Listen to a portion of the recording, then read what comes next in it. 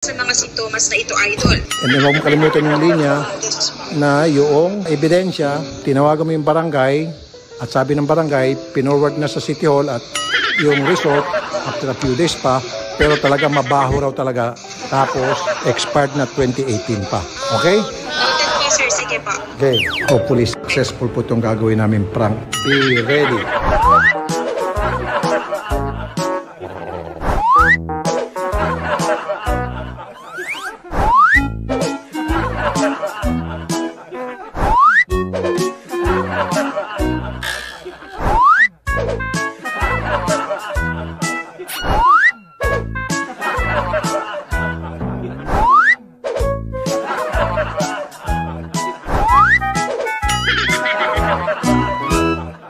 I-record na natin, umpisa natin. Simple naman to eh.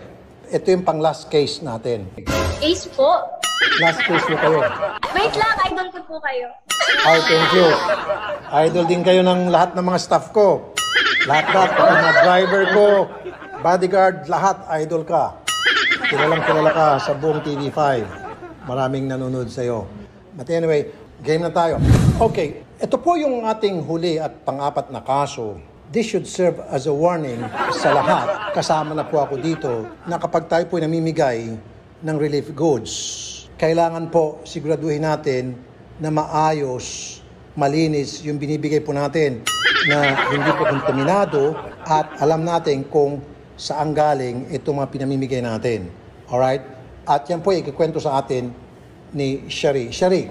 Idol, sa last po nating sumbong at aksyon, Idol, patungkol po ito sa reklamo ng isang ginang na nakaranas po ng matinding pagkahilo, pagsusuka, panghihina, at malalang pagdudumi po sa loob ng 2 araw.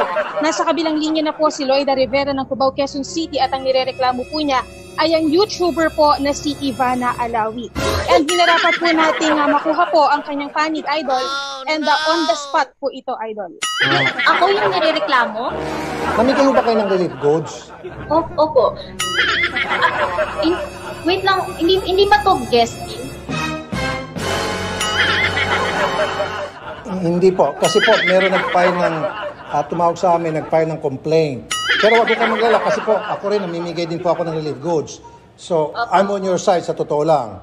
Pero, kailangan mapagbigyan ho natin ito pong complainant, para naman wala ko sila masabi na ako po hindi bias, na lahat po pinakikinggan ko. Hello po, Loida? Hello po, magandang hapon po, idol. Ma'am Loida, nasa kabilang linya na po si Ma'am Ivana. Pakikwento nga ulit yung inyo pong gustong iparating sa amin, ma'am. Idol, lumapit po ako sa aking pinsan po nung Huwebes po. Umuwi po ako, gutom na gutom po kasi ako. Pumunta po ako sa aking pinsan para mangutang po sana. Pero dahil wala din po sila, idol, nagbigay na lang po siya ng extra po na relief goods po nila. Bali yung extra na relief goods po na yun, nanggaling po sa pinsan po kasi meron po sila na relief goods din po, nasa kanila po galing po ng barangay. Tapos idol, napansin ko po nung magluluto na po ako, yung bigas po para po may bukbuk na po at may sira na rin po yung bigas na parang basa na rin po siya ng bote. Tapos niluto ko pa rin po siya kasi nga po, sir, gutom na gutom po ako ng araw na yon. Tapos yung dilata sir, na sisig po yun. Si ano, sisig? Opo, yung sisig po yun eh. May dilata bang sisig? Meron po ako. Meron? Okay, sige. So ano nangyari ngayon, Ma'am Loida? Ayun po, sir, pagbukas ko po yung sisig na dilata po, sir, may amoy po talaga siya nakakaiba, sir. Kaya ginisa ko na lang din po siya para may bukbuk po ako na pananghalian po. Ma'am Ivana, kayo ba namigay ng mga relief goods, Ma'am Ivana, lately? Opo, nung Monday, tsaka last week pa po. Monday tsaka Tuesday. Saan po mga lugar po, ma'am, ang pinuntahan nyo at nagbigay kayo ng mga relief goods? Mandaluyong, Quezon City, Taguig, Cubao. Taga saan po kayo, Ma'am Loida? Taga Socorro po, Cubao, Quezon City, idol. Okay. Kayo ba mismo nakatanggap ng relief goods? Hindi po, idol, kasi po, yung pinsan ko po yun, idol eh. Pumunta po ako sa pinsan ko para mangutang. Yung imbes na pautangin po ako, yung relief po yung binigay niya sa akin po para po may makain po ako. Okay. Ano pa yung laman ng relief goods, yung supot? Ano ba yung nakalagay sa bag? Nakalagay po siya sa purple po na eco bag po. May 5 kilo po na bigas yun. Oh. May 2 sardinas po. May 2 corned beef. Kung di pa ako nagkakamali, 2 sausage, sisig din, may 3 Biplof po at saka mayroon din pong akong naaalala alcohol po. Okay. Ano ba mga kinain nyo doon, ma'am, sa eco bag ng mga relief goods? Yung bigas po yun, sir, niluto ko at saka po yung sisig po na nilata po, sir. Odette, na-screen mo ba itong si Ma'am Loida? Yes, sir, na-screen ko po yan. Tumawag po ako sa barangay, nakausap ko po yung kagawad. Wala naman po bad record yan. Kahit po sa trabaho po niya, sir, na-screen ko pong mabuti yan, sir. Wala po siyang record na masama po. Malinis po yung sa'yo. Mawalang galang na sa'yo, Ma'am Loida. Reklamo mo kasi nagsusuka ka? Opo, idol. Baka naman, sorry ma'am ha, sorry ma'am, sorry, I'm so sorry. Baka naman po COVID na yan. Baka kailangan magpa-check sa ospital. Baka walang kinalaman po doon sa mga relief goods na binigay ni Ma'am Ivana. Ay, idol, hindi po kasi kung ang sintomas ko ng COVID, alam ko naman po yun kasi napapanood ko naman po sa balita yun, sir. Wala naman po akong lagnat. Wala rin po akong upo o kaya sipon po. At saka yung paghinga ko po, idol, okay naman po. Ito lang po talaga, sir. Pagbabawas ko, pananakit ng tiyan at talagang nalilita po talaga ako, sir. Okay. Ma'am Ivana, gusto mong kausapin itong si Ma'am Loida? O, sige po, sir. Hello po, Ma'am Ivana. Hi po, opo. Kailan po kayo nabigyan ng relief goods? Pwede po yun nakuha sa pinsan ko, ma'am. Makasingit lang po, ano? Pwede mo nakuha. Okay. So, ngayon ay linggo. Ilang araw ka na ba nagdudumi? Idol, 2 araw na po, idol. Teka muna, ha? Teka muna. Nasaan yung mga ebidensya mo? Nasaan? Yung sisig at saka yung bigas? Idol, pinasa ko na po sa barangay para po ipasuki. Saka, idol, binigay ko na rin po yung pangalan at contact number po ng pinagpasahan ko po doon po sa isang po binigay ko na po doon. Sherry, ano nangyari dun sa mga ebidensya? Idol, tinawagan ko na po yung barangay secretary and verify ko po na finorward na po nila sa city health officer po for laboratory testing. And makukuha po natin ito yung resulta sa loob po ng 3 hanggang 5 araw. Siya nga po pala, idol, nagbigay din po itong nagkomento si barangay secretary and sinabi niya po, idol, na sobrang baho na nga daw po. As in, sobrang baho daw po nung sisig and may mga konting uod na din po, idol. Kaya agad po nilang idinala sa city health officer para po mapalab test. And idol, na-verify po pala natin na ito pong sisig po na ito ay expired na po and noong December 2018 pa. Ma'am Ivana, saan galing po yung madam, yung Galing po dilata? siya sa distributor po mismo nung dilata. Gurumekta po kayo? Direct po siya. Tapos po, wala pang same day pagka-deliver po, nag-impake na ako, pinamigay ko po yung nasa labas para po hindi siya mainitan. Tapos yung the next day, yung nandito sa loob. Pero ano siya, hindi ko, direct yun eh. From here, dinerecho ko na po agad siya sa pag-donate. Hindi ko po siya pinatagal dito sa bahay or Chinek niyo ba yung mga dilata? Sinuri niyo ba? Kasi katulad ako ma'am, nagbibigay din ako ng mga relief goods lately. Pinatitingnan ko sa mga staff ko yung dilata kasi kuminsan na-overlook ng mga tao doon sa kumpanya na binibila natin na yung pala expired na, hindi nila na agad-agad na pull out doon sa warehouse. Na-check niyo ba kung expired? hindi po isa-isa. Ay, hindi isa-isa. Kasi po, ang dami nun eh, ilan libo po yun. Kung iisa-isahin ko po, tignan yung expiry date eh. Gaano ba karaming binili niyo po? Nasa 800,000 po yung binayaran ko. Wow, ang laki. Kasama na po yung bigas doon, ma'am. Lahat-lahat po ng gastos. Kasi po yung bigas is from ano po eh. So, talagang ano siya, hindi naman pwedeng sabihin na basta-basta kasi unang-una hindi naman ako kumukuha ng walang tatak, yung makamura lang. Hindi po ako kasi ganun eh. Yung sa akin is gusto kong tumulong and gusto ko din ibigay yung kung ano yung best para sa mga pagbibigyan ko. Pero ma'am, matanong ko lamang, yung bigas ho ba, baka na-contaminate o yung bang nabuhusan ng gasolina, nahulog sa mga putik o chlorine, things like that? Sir Rafi, lahat po kasi nung bigas nakasilyado po siya eh. Paano po siya mawawag-contaminate? Unang-una, hindi ko binuksan kahit aling bigas para din sa safety ng tao. Kung ano yung pagkabigay sa akin na nakasilyado siya, ganun po din po siya pinibigay.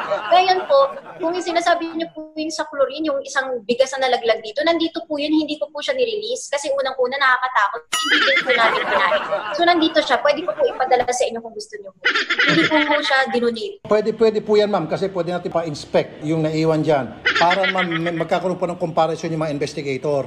Para pagdating mo dun sa pag-check. Kasi nga po nasa City Hall na rin po yung sample na nanggaling sa inyo.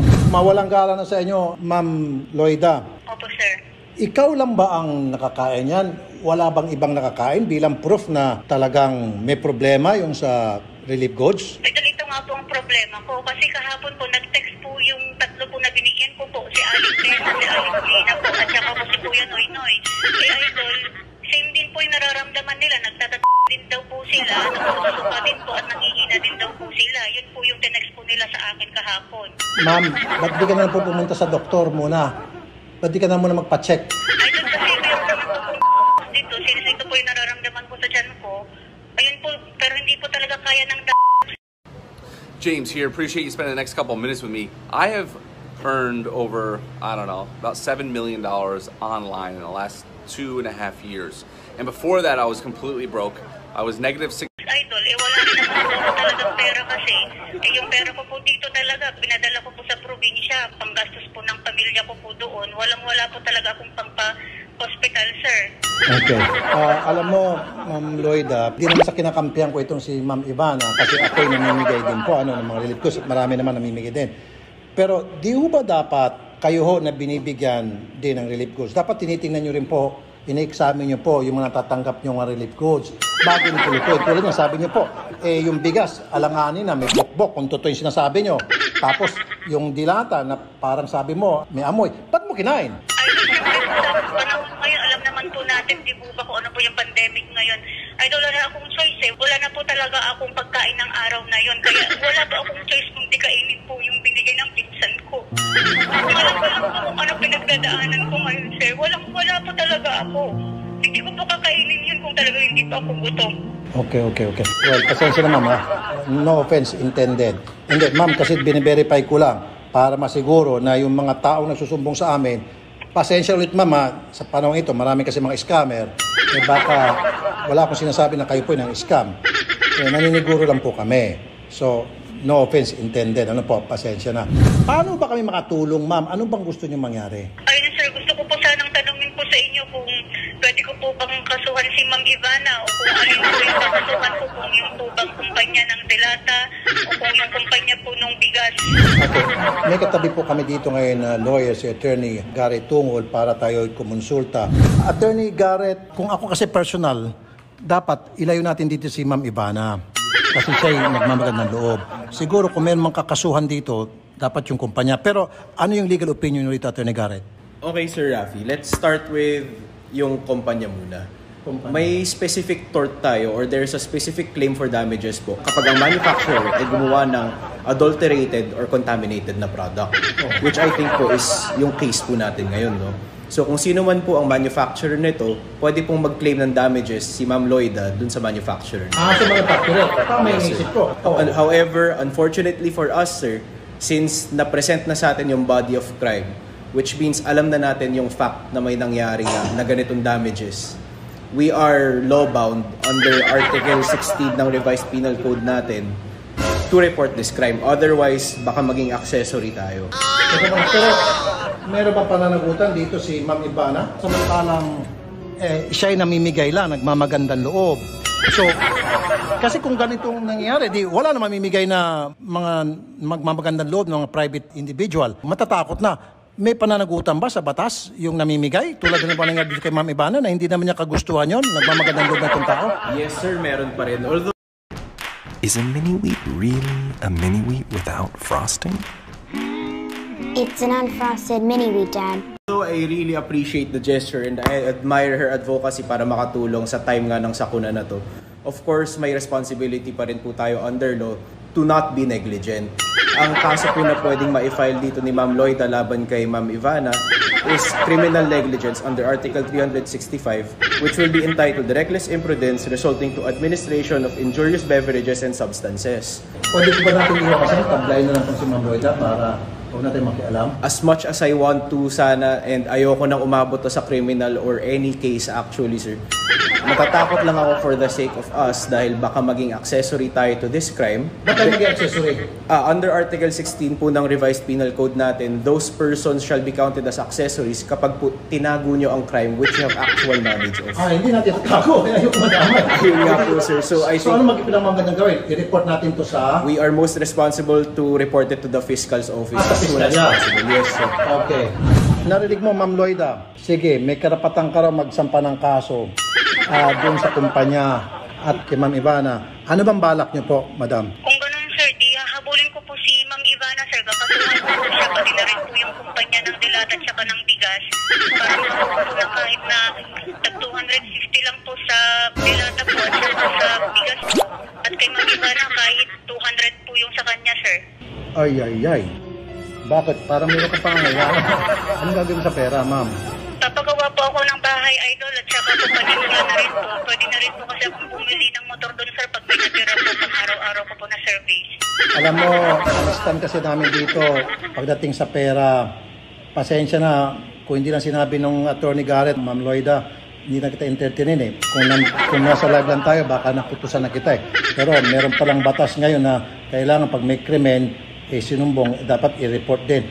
Anyway, pag-usapin ko na lang kayo kasi pag amount, nabanggit ka, 250 sa company ng bigas, 250 sa company ng dilata, plus 200 po kay Ma'am Ivana, sir.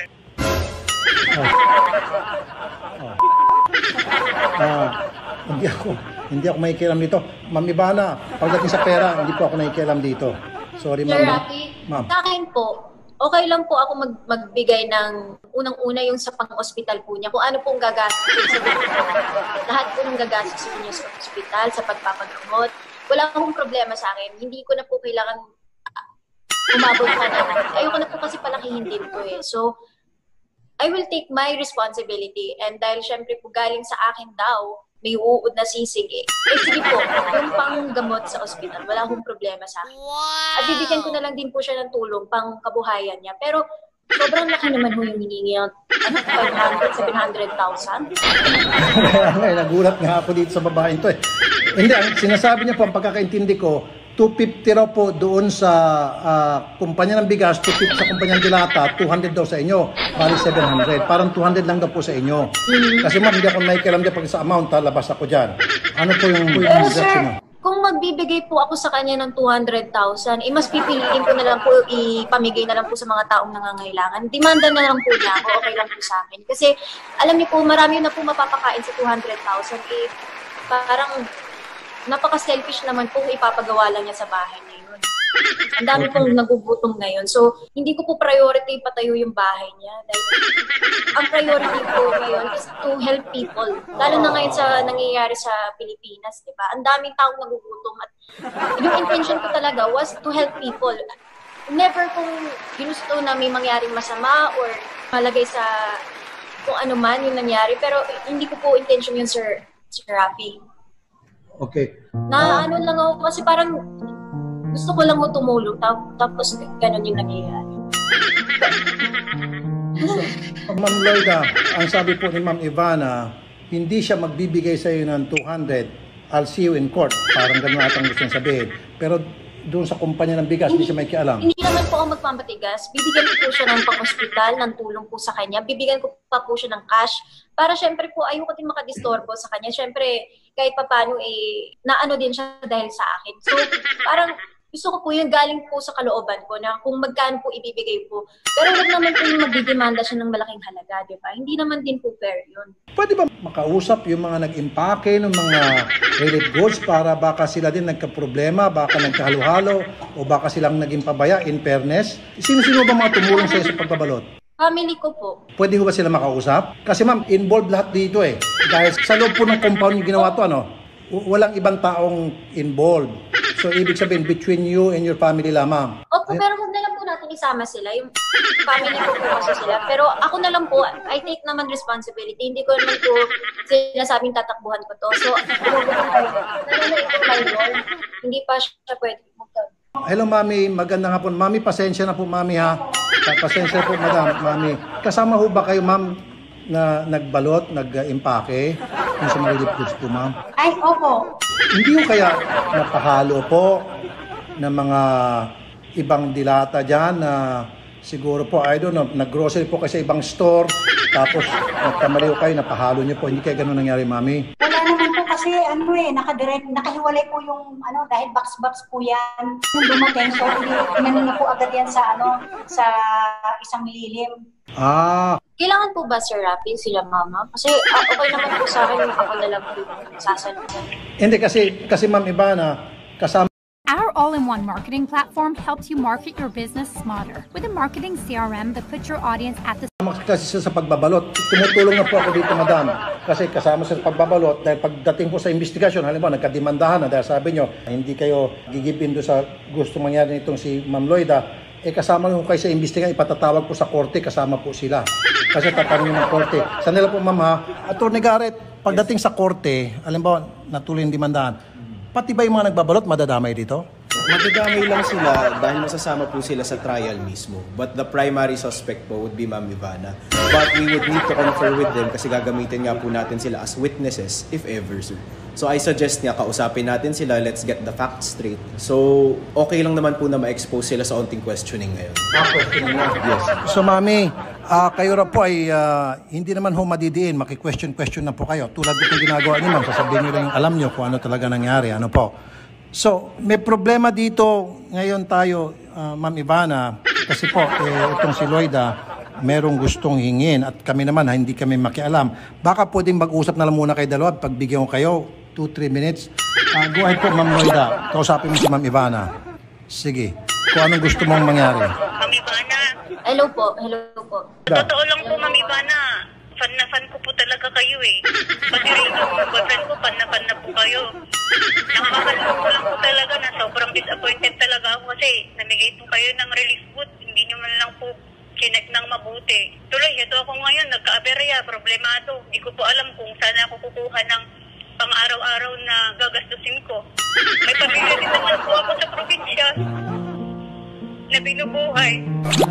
Ganun ba kayo kontrato sa mahihirap? Wow! Ganyan talaga kayong mayayaman? Magbibigay kayo ng relief food. Ganun ba? Palibasa, mayayaman kayo? Unang-una po, nirerespeto ko po kayo. At saka, kaya nga po ako nag-o-offer ng aking tulong. Unang-una yung sa hospital. Pangalawa ko, magbibigay naman po ako ng pangkabuhayan yung kahit paano, makatulong din po ako sa inyo. Yun lang naman po ang aking intention. Wala naman po akong masamang intention sa inyo.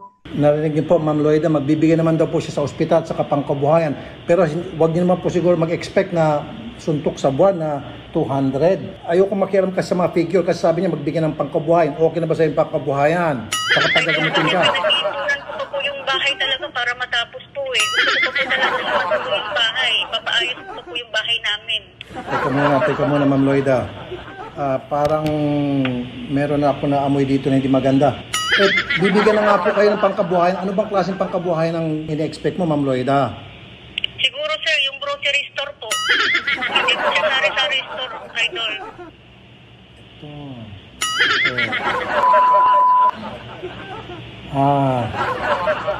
Okay.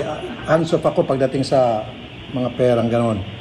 Grocery store, yan ang gusto mo. Magkano bang grocery store, Ma'am Loida, na iniisip mo? Sir, pwede na, sir, kasi papatayuhan pa po niya ng parang yung sa store po niya, tsaka yung product din po.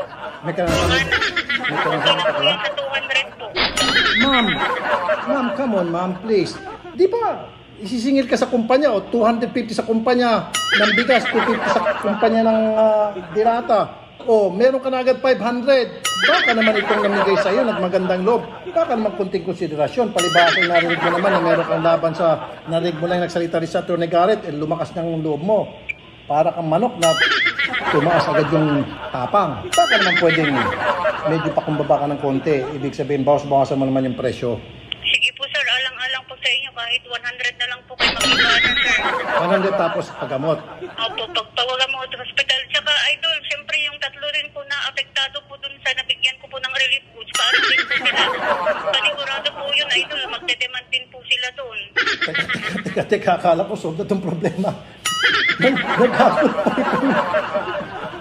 ako po kasi yung tinetext po nila eh. Ako po yung ini-stress po nila. Sa totoo lang, hindi na ako makatulog sa gabi kasi pati po sila nadamay. Kung alam ko lang po talaga, hindi ko na po talaga ibibigay yun. Naawa po talaga din ako sa kanila. Kasi tumalap daw po sila ng isang kainan daw po. Kaya nagbigay din po ako sa kanila kasi marami naman po yung binigay ni Ma'am Ivana.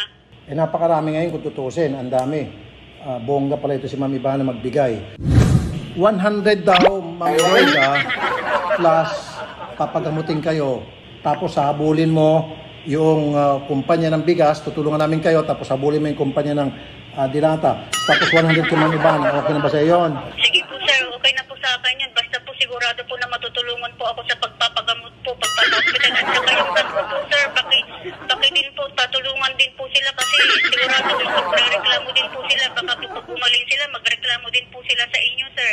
Ma'am Ivana, yung 100 daw, Sir Rafi, kung kayo po ang tatanungin, so tingin niyo po ba, fair po ba ang 100? kung ako po, 5 duling hindi ako magbibigay. Pero unfortunately, dahil nga po dun sa binanggit ni Atty. Garrett, kasi unique po to sa mga natatanggap namin reklamo before.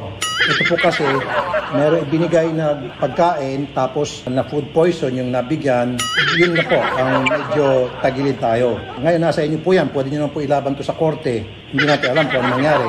Yun nga lang po, unfortunately, pati yung kung sino man yung sa household ninyo na tumulong sa pagbabalot, pati yun maabala. Pati yun matatawag sa korte. Although hindi naman sila maipit, kaya lang pati sila maabala. Ang nakakaya dito lang nito ma'am, yung bang magkakaroon to ng full coverage. Kasi yan po iniiwasan natin na yung magkaroon po ng full. This is the new school. How are you guys? This is math. There you go. Coverage sa media. Kumbaga, pipiestahan ko ng media ito, lalo na itong si Lloyda, pag pipiestahan to ng media, yun po kinakatakutan ko. Kung ako mama, hindi ako magbibigay. Pero kung halimbawa, maiipit na ako. Kung ako personal mama, personal, bulsa ko niya magbigay. Pero kung nakataya yung pangalan ko, baka magbibigay na lang siguro ako. Sir, wala naman mo ang pangalan. Wala akong pakailam sa pangalan ko. Kasi para sa akin po, hindi ko po nakikita yung mali eh. Yung sa akin my intention was very clear. Kaya nga ho ako mag-o-offer din ng lahat ng hospital, kung sino man sila, 3 daw sila, okay lang po sa akin magbayad ng hospital nila. Pero wag na lang nila muna idama yung pamilya ko. Sa akin na lang po.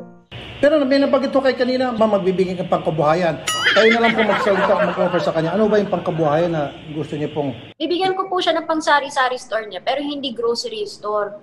Sobra naman po yan. Para kahit papano, kahit araw-araw, meron siyang pwedeng pagkakitaan. Mga magkano po Ma'am Ivana ang may bibigay ninyo para sa sari-sari store po? Ma'am, kahit magbigay na lang po ako ng 50.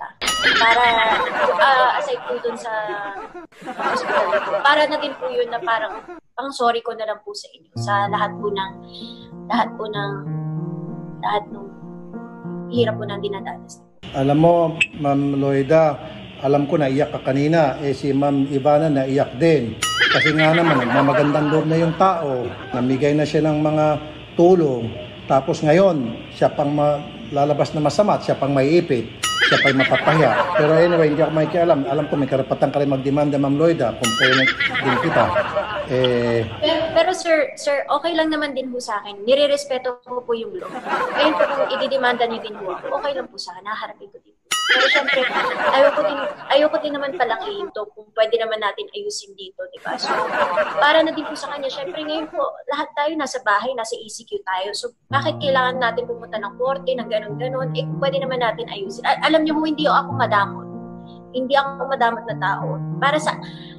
sorry. Kasi nasasaktan ako kasi parang intention ko tumulong, tapos parang naging masama ako na parang dahil ganun daw ba yung mayayaman.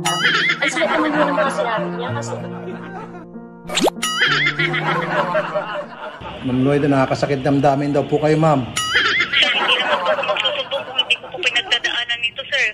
Wala po siya sa katayuan ko, sir. Kaya hindi po niya alam po na pinagdadaanan ko din po. Idol ko rin naman po siya, sir, eh. Sa totoo lang po. Idol na idol ko po silang pamilya. Pero kung hindi ko po naramdaman ito, kung hindi ko po naranasan ito, hindi po ako magre-reklamo, sir. Maganda po yung sinabi ni Ma'am Ivana. Pati ako na-touch ako. Sa totoo lang, na-touch ako. Nagmamagandang loob siya. Ito pa ngayon siya nalalagay sa alanganin. Pero ayaw niya masaktan ka. So, baka pwedeng out of court settlement. Hello po, Ma'am Ivana. Baka pwede pong ayusin na lang po natin ito, ma'am. Yun din po ang aking gusto. Yun din po ang hinihiling ko sa inyo. Lahat po nung pang-hospital, wala naman pong problema sa akin. Pati po yung aking ibibigay na tulong sa inyo na pera. Pero, Ma'am Ivana, pasensya na. Paano yung anong pangalan ng mga tatlo? Tessa, Noynoy? Idol sila Nanay Tessa, Gina at Noynoy po. Bakit pati magreklamo? Opo, sir. Kasi sa akin po nagre-reklamo. eh. Alam din po nila kasi na galing po kay Ma'am Ivana yun. Bakit kasi namigay?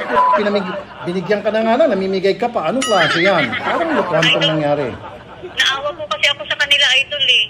Ma'am, huwag mo na siguro bigyan to kasi pag binigyan mo ito, Ma'am Ivana, meron pang sinasabing kong Tessa, meron pang Gina, meron pang Noynoy. Sos Barosep, baka mamaya gusto mo bombaran ka nila. Sorry Ma'am Lloyda, hindi natatawa ko sa totoo lang, pinipigilan ko lang galit ko sa Ma'am Lloyda. Dinadaan ko sa tawa. Gigil na talaga ako sa iyo. Baka naman gusto mo, bombarangay mo na lang, demanda si Ma'am Ivana.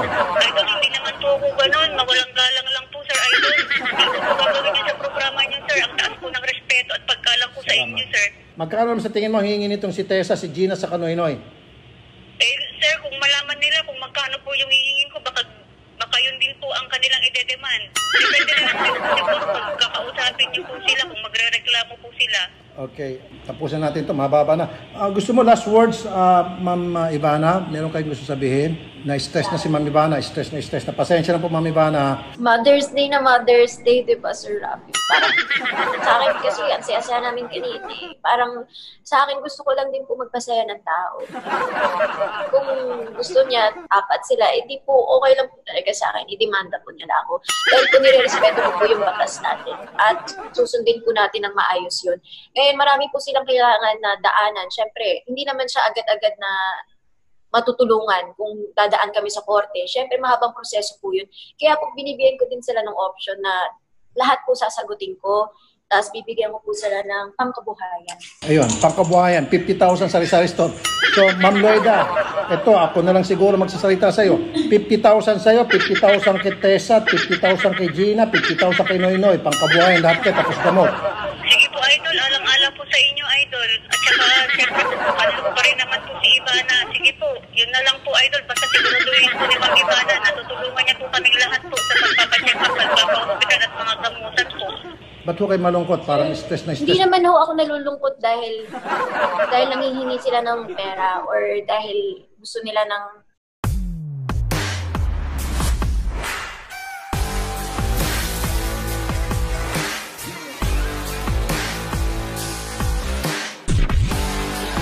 Cracker Barrel.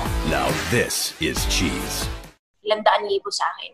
Nalulungkot po ako dahil parang ginagawa po nilang negosyo eh. Parang lahat sila, alam mo, nagtitake sila ng advantage sa isang tao na yung intention nila is tumulong.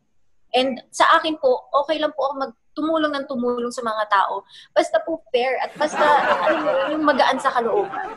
Alam nyo kasi ngayon, Ma'am Ivana, kaya nga ito warning na rin sa lahat ng mga individual na nagmamagandang loob na namimigay ng mga tulong. We have to be very careful kasi tayo nga nagmamagandang loob, tayo pa kayong titirahin. Marami pong scammer ngayon, Ma'am Ivana. Napakarami pong scammer. Naghahanap lang silang pagkakataon. Tulad nito. Hindi sa sinasabi ko, Ma'am Lloyda, scammer ka ha. Pero para bang lumilitaw na nagmagandang loob na nga, may scam pa itong si Ma'am Ivana ng 100,000. Kung 3 kayo, 4 kayo, 200,000. Samantalang gumastos na siya ng kulang-kulang 1 milyon. So, kung 200,000 kayo plus 800,000, 1 milyon, bali na gastos ni Ma'am Ivana rito. Ano pong reaksyon ng mama niyo dito, Ma'am Ivana? Shock po siya. Kasi actually, Sir Rafi, pati si Mama nakapunta na siya sa inyo dati. Dati pa po. Nagreklamo din po siya. So, I mean, alam ko naman po na fair kayo and nire-respeto ko din po kayo. Kaya, hindi ko akalain na isasama ko dahil sa kaso.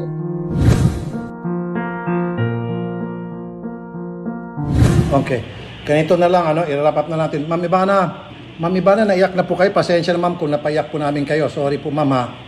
Kung napaiyak po namin kayo, kung kayo po'y nasaktan dahil sa sumbong na ito. Ginagawa lang po namin yung aming trabaho.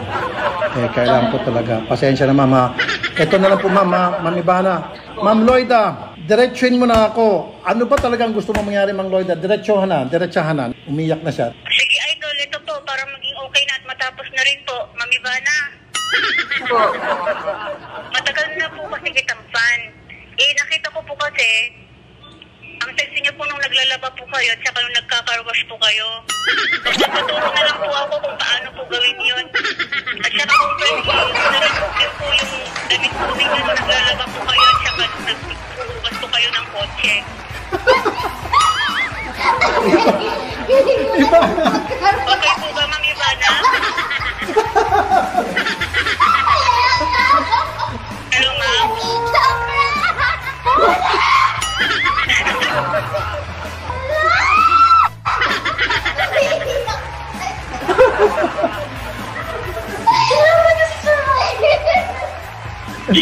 Prank lang ito, Ma'am Ivana. Sir Rafi!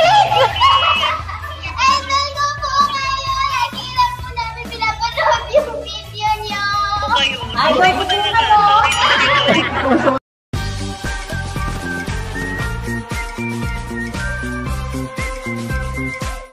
I'm self-employed, which means no employee health benefits. So how do I protect myself and my family? Sorry, Ma'am Ivana. Sorry. Pasensya na.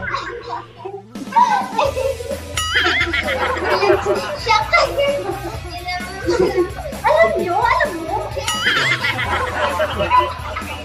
Sige. Wait. Ma'am Ivana, hindi to. Ano to? Staff ko ito na nagpanggap. Gusto mag-sorry sa'yo. Sige. Ate Lois, totoo po ba kayo? Idol ka nito, Ma'am Ivana. Sobrang idol ka nito. Sige. Kausapin mo na. Si Miss Ivana. Sige. Hello po, Ma'am Ivana. Ano po ba pangalan ko? Alam, ma'am, sorry po talaga. Napagutusan lang po talaga ako. Pero talagang sorry niyo po ako. Kasi yung boyfriend ko talaga, ini-stop po kayo nun. Ma'am, so sorry. Sorry talaga. Naiiyak na po ako kanina nung talagang nai-stress na po kayo. Sorry po. Sorry sa bata mo. May hurt po talaga. Napagutusan niyo po talaga po Sir Rafi, kanina. kailan po kayong nagpa-prank? Ganun ka nagaling mag-carwash, ate. Sige ba?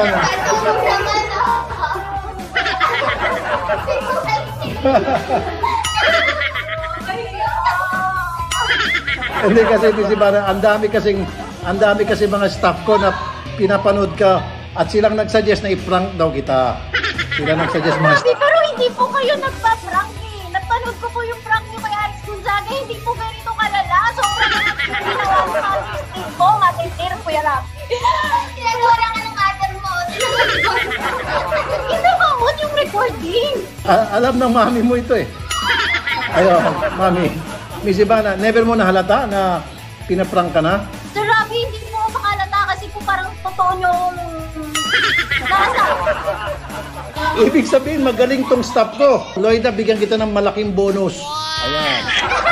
Tapos nanginginig pa yung boses niya. Sabi niya, kayo may hiyaman.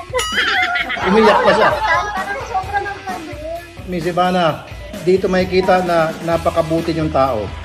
Dito talaga makita na yung kagandang kalooban ninyo. Sir Rafi, bakit po kayo nagpa-prank? Kayo napili ng mga staff eh. Bakit kasali kayo kay Mona? Sir Rafi, bakit tayo mo kumampi sa akin? Hindi. Idol ko po kayo eh. Hindi kasi, Miss Ivana, yung mga staff ko kasi lahat sila ang may request na ikaw ay prank. Grabe, pang artista, pang famous po yung award po sa inyo, Sir Rafi. Grabe. Mami Ivana, pasensya na po. Ay, Shari. Ibig sabihin, magaling umarte yung mga staff, kaya may mga bonus sila sa akin. Guys, may mga bonus kayo. Kasi parang naiinis na nga kayo eh. Parang gusto mo nang patayin yung tumatawag. Ayun. So, yan. You wouldn't use dial-up when you can use 5G. So why are you using a complex... Loida, sorry ka. One more time. Opo. Hello po. I'm so sorry po talaga, ma'am. Sincere po yan. Sorry po. Napag-utusan lang po talaga, ma'am. Idol na idol po kita. Pati yung boyfriend ko, idol na idol ka nun. Pero Miss Ivana, naiyak ka na ba kanina? Nakita ko, naiyak ka, na-stress ka na. Hindi po, sir. Hindi ako naiyak, sir. Kahit konti. Wala na yung ilong mo, ang matulog. Iba, bakit yung boses mo, yung parang, yung mukha mo bagsak at parang... Kasi akala ko kanina eh. Sabi ko pa mag-hello ka sa vlog ko. Tapos, gano'n yung nangyari. Hindi pala siya guesting. Kaso kaya... Sabi niya, kiss, guesting ko ba ito? Hindi na kaya actually, maganda pa nga to para sa iyo dahil makikita ng mga tao ngayon kung sino ba talaga si Ivana. Siya ay isang merong magandang kalooban, a person with a golden heart. Mami, hello Mami. Hello muna. Sir, lagi po siya dati, napunta na po siya sa inyo dati. nagreklamo po siya. Ah, ganon. Hello po, mami. Oh, okay. Wala nanay po sa inyo. Okay po. Ah, salamat, mami. Thank you po, mami. Palabas niyo po to sa TV para makita nilang umiiyak ako. Makakaya. Palabas sa YouTube, sa Facebook, lahat. Makikita ng buong mundo kung sino si Ivana. Oh, di ba? Maganda sa iyo to. Magaling magkarwas. Magaling magkarwas, magaling maglaba. Ano pa ba, Loida? Ano pa ginagawa, Loida? Magkarwas, sir. Maglaba po. Nakasexy po yung damit niya. Kaya nga po sana, ihihin ko nga po sana. Yun Tingin mo yung damit niya. Opo, yung mga sexihan niya. Para po pag naglaba po ako, idol yun din po yung masasisip ko. Okay, sige. Miss Ivana, maraming salamat sa iyo. Pasensya na. Sige. Thank you, sir. Alright, thank you.